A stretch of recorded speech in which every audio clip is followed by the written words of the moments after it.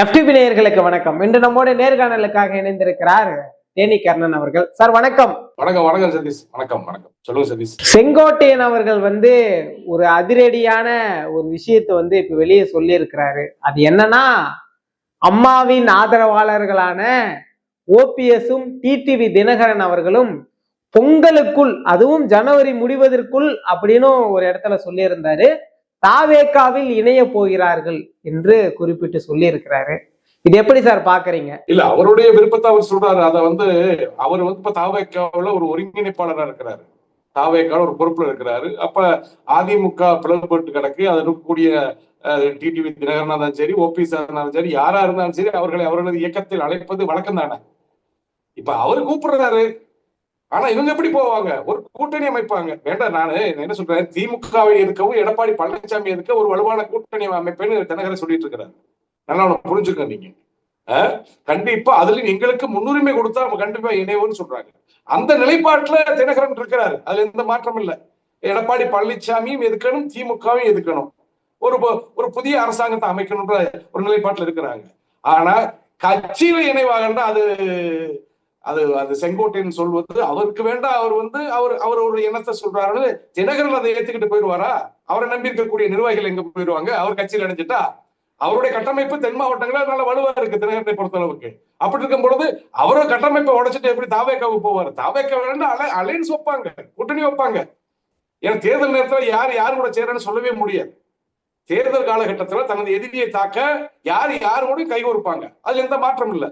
அதுக்கு தேர்தலுக்கும் கொள்கைக்கும் வேற அந்த தேர்தலுக்கு சம்பந்தமே கிடையாது. கொள்கை வேற இருக்கும், கோட்பாடு வேற இருக்கும். தேர்தல் கூட்டணி என்பது ஒன்னா போவாங்க. எப்படி திமுகவில் பாருங்க, பல கட்சிகள் இருக்கு, ஒவ்வொரு கட்சியும் ஒவ்வொரு கொள்கைகள் இருக்கும். ஆனா திமுக கூட்டணி வச்சிருக்கிறாங்க. அது மாதிரி தேர்தல்ல தன்னை நிரூபிக்கிறதுக்கு, அங்கீகாரம் பெறுறதுக்கு ஒரு நல்ல இயக்கத்துல கூட்டணி வைப்பது, அது எல்லா இயக்கங்களும் அதை செய்யக்கூடிய வேலையில தான் இருக்கு. அதுல எந்த மாற்றம் இல்லை. தினகரன் கட்சியை கழிச்சிட்டு தாவேக்கால சேருவாரா? ஓபிஎஸ் அவர்கள் ஒருங்கிணைப்பு குழு கழகம் அறிவிச்ச பிறகு தாவேக்கால சேருவாரான்றது அது செங்கோட்டையனுடைய அழைப்பாகத்தான் இருக்கு. இவர்கள் அதுக்கு ஒரு காலத்திலும் அப்படி இணைய மாட்டாங்கிற நம்பிக்கை எங்களுக்கு இருக்கிறது. அது அவர் கடக்கோடியில் இருக்கக்கூடிய அதிமுக தொண்டனா சொல்றேன், கண்டிப்பா கட்சி மாறி போக மாட்டாங்க, கூட்டணி வேண்டாம் அமைப்பாங்க. நம்ம நிச்சயமா ஓபிஎஸ் அவர்கள் இந்த டெல்லி சென்று அமித்ஷா அவர்களை சந்திச்சு வருவது, மீண்டும் என்டிஏ கூட்டணியில இணைய போறாங்களா அப்படின்னு பல கேள்விகள் வருது. இதெல்லாம் வச்சு பார்க்கும் பொழுது ஓபிஎஸ் அவர்கள் எங்கேயோ இனி எடப்பாடியை நம்மால பலமா எதிர்க்க முடியாது அப்படின்ற மனநிலைக்கு வந்துட்டாருன்னு புரிஞ்சுக்கலாமா? எடப்பாடி எதிர்த்து தான் என்டிஏ கூட்டணியை விட்டு வெளியே வந்திருக்கிறாங்க. ஓபிஎஸும் சரி, திரு டிடிவி தினகரனும் சரி. எடப்பாடி பழனிசாமியுடைய தலைமை எங்களுக்கு பிடிக்கல, அவரை முதலமைச்சர் வேட்பாளர் நாங்க ஏத்துக்கிற முடியாது, என்டிஏ கூட்டணியில ஒரு முதலமைச்சர் வேட்பாளர் அறிவிங்க, வேண்டாம் நாங்க கூட்டணி சேரணும்னு சொன்னாங்க. அதுதான் தினகரனுடைய கோரிக்கையா இருந்துச்சு. அதே போல ஓபிஎஸ் உடைய கோரிக்கையும் டெல்லியில போய் அமித்ஷா கிட்ட அதைத்தான் பேசியிருக்கிறாரு. எடப்பாடி பழனிசாமியோட தலைமை இல்லைங்க, உங்க தலைமையை நம்பி வரோம், என்டிஏ கூட்டணியில ஒரு முதலமைச்சர் வேட்பாளர் அறிவிங்க, கண்டிப்பா நாங்க செயல்படுறோம் அப்படின்னு சொல்லும் பொழுது, எடப்பாடி தலைமையில தான் என்டிஏ கூட்டணி தமிழ்நாட்டில் இருக்கு, அவர் தான் முதலமைச்சர் வேட்பாளர், அவர் தான் முடிவுகளை எடுப்பார், அவர் தான் பொதுச் செயலாளர்னு ஒரு வாரத்துக்கு முன்னாடி வந்த பிஎஸ் கோயில் சொல்லிட்டு போயிருக்கிறாரு. அந்த தேர்தல் பேச்சு எல்லாம் பேசுறதுக்கு வரக்கூடிய ஒரு அமைச்சர் வர்றதுனால அவர் பேசிட்டு போயிருக்கிறார். அப்படி இருக்கும் பொழுது எடப்பாடி பழனிசாமியை கடக்கோடி தொண்டனை ஏத்துக்கலையே, எப்படி இந்த மேல்மட்டத்தில் இருக்கக்கூடிய தலைவர்கள் எப்படி ஏத்துக்கிடுவாங்கன்னு கேட்கிறேன். ஓபிஎஸ் அவர்கள் எடப்பாடி பெயரை சொல்லவே எனக்கு வெக்கமா இருக்குது அப்படின்னு சொல்றாரு.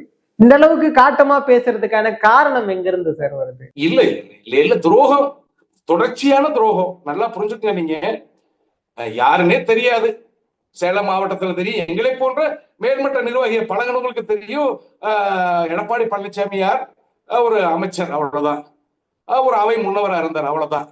ஆனா அவரை முதலமைச்சர் ஆக்கி வந்தது யாரு? தமிழகம் முழுக்க வியந்து பார்க்கக்கூடிய ஒரு முதலமைச்சர் பதவி, அதிகாரம் கூட ஒரு பதவியை கொடுத்தது யாரு? சின்னம். அவங்களுக்கு துரோகம்.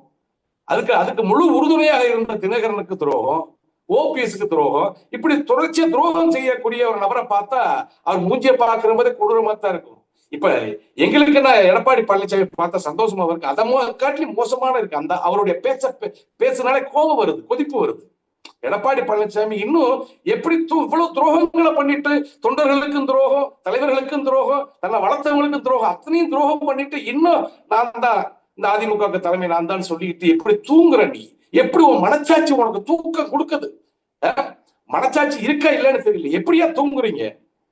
அதுதான் கேட்கிறேன். எங்களுக்கு ஒரு சின்ன தவறு நடந்துட்டா உறுத்திட்டே இருக்குங்க. எங்களுக்கு ஒரு சின்ன தவறு, அறியாம ஒரு தவறு நடந்துட்டா நைட்டெல்லாம் உறுத்திட்டு இருக்கும். நான் நாளைக்கு போய் அதை சரி பண்ணணுமாப்பா அப்படின்னு நினைச்சுக்கிட்டே காலைல வெள்ளை நினைச்சு போய் சரி பண்ணிட்டு, ஒரு சின்ன தவறு நடந்துட்டாலே அந்த தவறை சரி பண்ணணும். ஆனா உலகமகா துரோகத்தை பண்ணிட்டு எப்படிதான் எடப்பாடி பழனிசாமி தூங்குறானேன்னு தெரியல.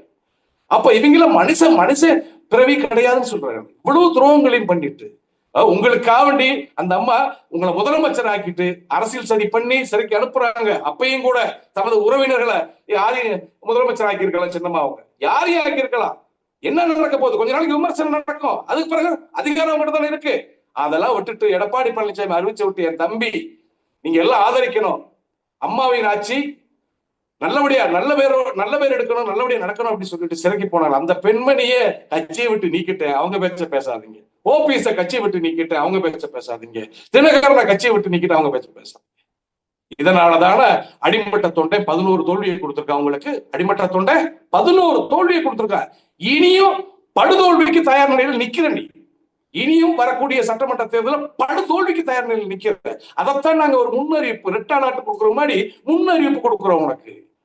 நீ கட்சியை ஒருங்கிணைக்காம, சின்னமா தலைமை ஏற்காம, நான் தான் அதிமுக பொதுச்செயலாளர் என்று நீ வேண்ட கூட்டம் கூடி ஒரு ஊரா நீ பிரச்சாரத்துக்கு வரலாம். ஆனா வாக்குச்சாவடியில ரெட்டலைக்கு ஓட்டு விழணும்ல, அது விழாது.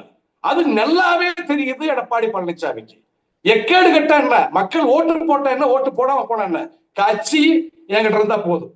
அந்த கட்சியோட நிதி, பொதுமக்கள் எங்களுடைய நிதி, தொண்டருடைய நிதி, அந்த நிதி இருந்தா போதும், எனக்கு எந்த பிரச்சனை வராம இருந்தா போதும். இதை மட்டும் சிந்திக்கிறார் எடப்பாடி பழனிசாமி என்ற ஒரு சுயநலவாதி, உலக மகா துரோகி. 2024 தேர்தல்ல 7 தொகுதிகள்ல அதிமுக டெபாசிட் இழந்தாங்க. அது கிட்டத்தட்ட 40க்கும் மேற்பட்ட சட்டமன்ற தொகுதிகள்னு ஓபிஎஸ் குறிப்பிட்டு சொல்றாரு. ஆனா இப்பொழுது எங்களோடு பாஜக இருக்கிறது, 210 தொகுதிகள் நாங்கள் வெல்வது நிச்சயம்னு உறுதியா சொல்றாரு எடப்பாடி பழனிசாமி. இந்த இடத்துல ஓபிஎஸ் உடைய தேவை எடப்பாடிக்கு இல்லையே சார்? இல்ல, நான் என்ன சொல்றேன், நீங்க ஒரு ஊடகவியலாளர், உங்களுக்கு தெரியும் நடைமுறை என்னன்னு தெரியும். நீங்க அன்றாட செய்திகளை பாக்குறீங்க, நாட்டு நடைமுறைகளை தெரிஞ்சுதான் எங்கிட்ட கேள்வி கேட்கறீங்க. உங்களுக்கு தெரியும் நினைக்கிற அடிமட்ட கட்டமைப்பு எடப்பாடி பழனிசாமிக்கு இல்லை. அடிமட்ட கட்டமைப்பு, கிளைக்கழகம், ஒன்றிய கழகம், அது மாவட்டத்துக்குள்ள இல்ல. இந்த மேல்மட்டத்தில் இருக்கக்கூடிய இந்த பதவியில் இருக்கக்கூடியவங்க, அந்த முன்னாள் அமைச்சர்கள், இருக்கக்கூடிய எம்எல்ஏக்கள் உங்களோட இருக்கிறாங்க. நீங்களால் நியமிக்கப்பட்ட மாவட்ட செயலாளர் இருக்கிறாங்க. இந்த பழைய அலுவலர் எப்படி இருக்கிறாங்க? பாப்போம்டா, நீ வா, நீ எலெக்ஷனுக்கு நீ வா, உனக்கு வாக்குச்சாவடியில் வாக்கு விடத்தானே நீ அங்கீகாரம் பெற போற அப்படின்னு தான். வேற என்ன செய்ய முடியும்? நீதிமன்றம் எடப்பாடி பழனிசாமி தான், தேர்தல் ஆணையம் எடப்பாடி பழனிசாமி, மக்கள் மன்றம் தொடர்ச்சியா எடப்பாடி பழனிசாமி தேவையில்லை, இவர் இல்ல, இவருக்கு எங்களுக்கு சம்பந்தம் இல்லை மக்கள் மன்றம் சொல்லிட்டு இருக்கு. தொண்டர்களுடைய அந்த குரல் எழுப்பிக்கிட்டு இருக்கு. அப்படி இருக்கும்போது அதையும் மீறி நாங்க 200க்கும் மேற்பட்ட இடங்களை வெற்றி பெறுவோம் அப்படின்னா, நான் என்ன சொல்றேன், கண்ணை மூடிக்கிட்டு கிணத்துக்கு, அதாவது பள்ளத்துக்குள்ள இறங்குற பாரு, கண்ணை மூடிட்டு காட்டுக்குள்ள போற கதை தான். கண்ணை மூடிக்கிட்டு காட்டுக்குள்ள, கண்ணை கட்டிட்டு காட்டுக்குள்ள போறான் பாரு. அப்படிப்பட்ட அடிமுட்டாளுக்கு நாங்க வருஷமெல்லாம் பேசி பேசி புண்ணியம் இல்லைங்க. கண்ணை கட்டிக்கிட்டு காட்டுக்குள்ள போறேன்னு போறாரு யாரு? எடப்பாடி பழனிசாமி. அப்படி போற மனுஷனை நம்ம என்ன செய்ய முடியும்? வருஷமெல்லாம் சொல்லி பாக்குறோம். எப்பா அதிமுகவை சத்திய நாசம் ஆகிக்கிட்டு இருக்கு, தொண்டர்கள் மனம் குழம்பி போறாங்க, புதுசா கட்சி ஆரம்பிச்சிட்டு இருக்காங்க, எல்லாமே மனமாற்றங்கள் ஏற்படுது. ஒரு முடிவுக்கு வான்னு சொல்லும் போது அதுதான் சொல்றேன், உறங்குற மாதிரி நடிக்கிறவனை எழுப்ப முடியுமா தம்பி? உறங்குற மாதிரி நடிக்கிறவனை எழுப்ப முடியுமா? உறங்குற மாதிரி நடிக்கிறவன் தான் எடப்பாடி பழனிசாமி. அந்த பதவி வெறி, அந்த சுயநலம், உடம்பு ஊராமே சுயநலம், பொதுநலம் கொஞ்சமாவது இருந்தா தானே நீ நாட்டை ஆள போற, அடுத்தடுத்து மக்கள் உங்களை ஆதரிக்க போற. முழுக்க முழுக்க சுயநலத்தின் உருவமா தானே இருக்கிற, பொதுநலமே இல்லாத ஒரு மனுஷன் தானே எடப்பாடி பழனிசாமி. அதுதான் ஒரே ஒரு தவறு, சின்னமா செஞ்ச தவறு, இந்த உலக மகா துரோகியை முதலமைச்சரா அறிவிச்சதுதான். அந்த தவறுக்கு, சின்னமா செஞ்ச தவறுக்கு நாங்களாம் வருந்துறோம். அன்னைக்கு என்ன செய்யறது? அன்னைக்கு ஒரு பிரச்சனை ஓடிக்கிட்டு இருக்கு, ஜாதி ரீதியான பிரச்சனை. அந்த பிரச்சனையை மூடி மறைக்க என்ன செய்யணும்? எப்ப நாங்க ஜாதிக்கு அப்பாற்பட்டாங்க, இந்த கவுண்டர் இன சமுதாயத்தினுடைய ஒரு பிரதிநிதித்துவமா கொங்கு மண்டலத்துக்கு முதலமைச்சர் கொடுத்தாங்க. ஒரு ஜாதி சாயத்தை பூசுறாங்க சின்னம்மா மேல. அப்ப அதுக்கு நம்ம சின்னம்மா அந்த வாய் அடக்கத்தான் செய்யறாங்க. அப்படின்ற போது அதை பயன்படுத்தி சின்னம்மாட்ட நல்ல வழியா இருந்தா மறுபடியும் நீ முதலமைச்சர் வேட்பாளர் கூட ஆகலாம். ஏன்னா 3 முறை ஓபிஎஸ் அவர்கள் முதலமைச்சர் ஆக்கலையா? 3 முறை தற்காலிக முதலமைச்சர் ஆக்கலையா? ஏன் உங்களை ஆக்க கூடாதா? ஏன்னா நீங்க அந்த பதவியில அமர்ந்த மறுகணமே உங்களுடைய முழு உருவம் மக்களுக்கு புரிஞ்சுக்கிடுச்சு. அப்ப அந்த பதவி வெறி என்பது உங்களை விட்டு இன்னும் போகல. அதனால தொடர்ச்சியாக தோல்வியை சந்திச்சும் கூட புத்தி வரல. வரக்கூடிய சட்டமன்ற தேர்தலில் படுதோல்வியை கொடுத்த பிறகு திருந்து வாங்கலான்றது அதுங்களுக்கு கட்சி அழிஞ்சு போகுது, கட்சி நாசமா போகுது. அதை நினைச்சதான் எங்களுக்கு கவலையா இருக்கு தம்பி. இந்த அதிமுகவிலே அதிருப்தியில் இருக்கக்கூடிய அனைவர்களுக்கும் தாவேக்கான்ற ஒரு பெரிய ஆப்ஷன் வந்து 2026 தேர்தலில் இருக்கு.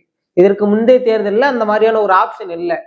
ஏன் அதிமுகவில் அதிருப்தியில் இருக்கிறவர்கள் தாவேக்காவை தேர்ந்தெடுக்க கூடாது? இல்ல, ஒரு விஷயம் நான் தம்பி, இப்ப வேற ஆப்ஷன் இல்லையே. இப்ப நீங்க சொல்றது சரிதான், தேர்ந்தெடுக்கப்படாதுன்னு இல்ல. இப்ப எங்களுக்கு வந்து திமுக ஒரு காலத்திலே வாக்களிக்க முடியாது, திமுக ஆதரவா பேச முடியாது. அதிமுகவின் ரத்தங்கள் ஒரு காலத்தில் திமுக ஏத்துக்கிற மாட்டாங்க, திமுக தலைமை ஏத்துக்கிற மாட்டாங்க. ஒரு சில சுயநலவாதிகள் பதவி பித்தர்கள் வேண்டாம் திமுக மாறி போகலாம், அவங்க பல கட்சிக்கு மாறி போகக்கூடிய மனிதர்கள் இருக்கிறாங்க. அதெல்லாம் அப்பாற்பட்டு தொண்டர்கள் இருக்காங்க. அந்த தொண்டர்கள் திமுகவுக்கு எடப்பாடிக்கு வாக்களிக்க மாட்டான். கட்சி ஒருங்கிணைந்தா 2 லட்சத்துக்கு வாக்களிப்போம், இல்லாட்டி அவனுடைய விருப்பம். விஜய் அவர்களுக்கு வாக்களிக்கிறானா இல்ல சீமான் அவர்களுக்கு வாக்களிக்கிறானா அப்படின்னு நம்ம சொல்ல முடியாது. ஏன்னா ஒரு காலத்தில் திமுக வாக்களிக்க மாட்டான். நிச்சயமா சார், பல்வேறு விஷயங்கள் பேசணும், தொடர்ந்து பேசுவோம் சார். நன்றி.